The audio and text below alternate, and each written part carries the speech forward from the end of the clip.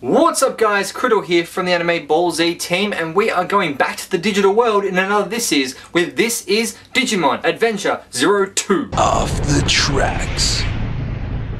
So Digimon Adventure 02 takes place a number of years after the original storyline, with the main cast all being in high school and TK and Kairi now going to their new middle school, where they meet up with some new kids, namely Davis, Yoli and Cody. It's very quickly revealed that, hey, a digital portal has opened in one of their computers, and the 5 of these kids, along with Tai initially, essentially the main characters, tend to come along with them and go, hey, I remember the digital world. Back in my day, we only had Champion, Ultimate and Mega. Now you guys have these new Digivolutions? What? So it seems to be a thing with each Digimon iteration that a new form of Digivolution will be introduced. You know, in the original one, you don't really get a sense of there being a specific type of Digivolution, but Mega is essentially the ultimate type, ultimate being the stage below, but that's beside the point. Mega is the Digivolution stage that is sort of really like, whoa, this is really cool with all the tags and crests and stuff. This series focuses initially on Digimon eggs, not Digimon eggs that they hatch out of, but Digimon eggs that portray one of the types, you know, like courage, reliability, and friendship, and love, and all that sort of stuff. So these 5 new Digidestined gain access to the original 8 tags and crests as egg formats, which will allow for a separate type of Digivolution, because there's a guy called the Digimon Emperor ruling over the digital world, which prevents the Digidestined Digimon from digivolving, and is essentially the same as the Black Gears in a way, where it allows him to control Digimon and make them do evil and bad things. But the spires, once they're destroyed, stop control over an entire region of the digital world, which means they don't have to defeat individual monsters like Frigimon and Miramon and Leomon. I don't know why I did the voice like that, because it's not, it's more rock. Leomon! For example, you know, Devimon did that. Digimon Emperor came along because his brother apparently was meant to be Digimon tamer, trainer, person thing, spoiler alert, but he goes bad and all that sort of stuff and eventually becomes good. So yeah, I'm just ruining the series for anyone who hasn't seen it before.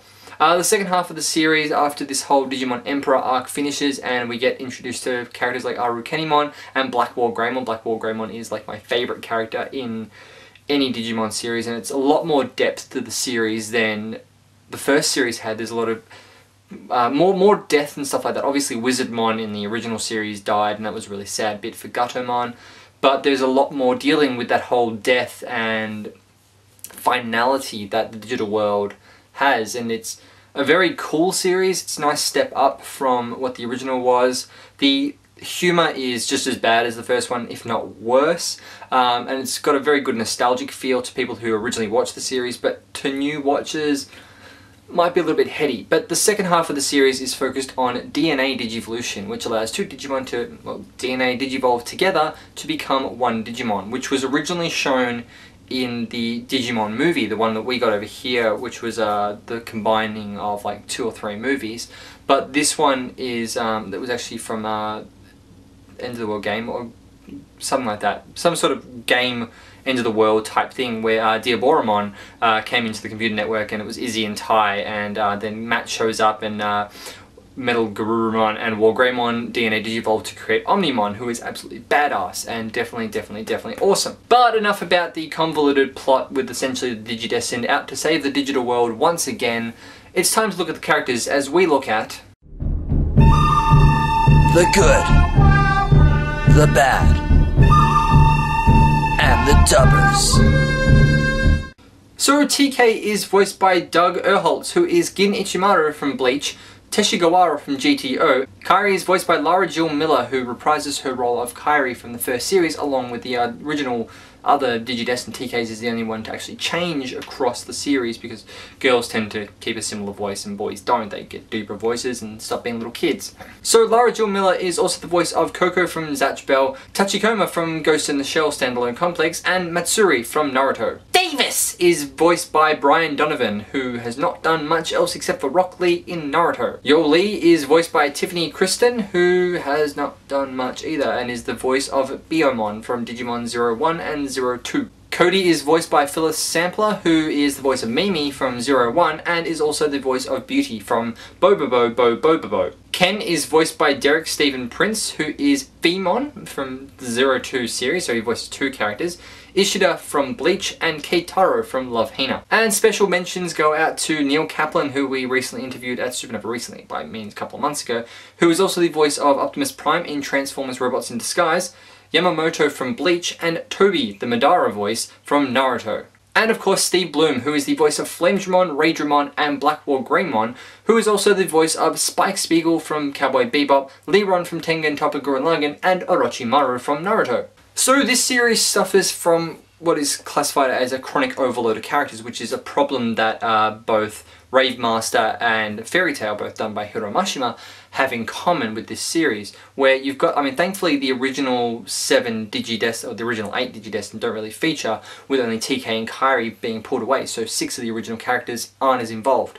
But at the same time, you've also got those original 6 characters, plus their 6 Digimon, plus these new 5 kids essentially, and their 5 Digimon, and all their modes and stuff like that that come along with that.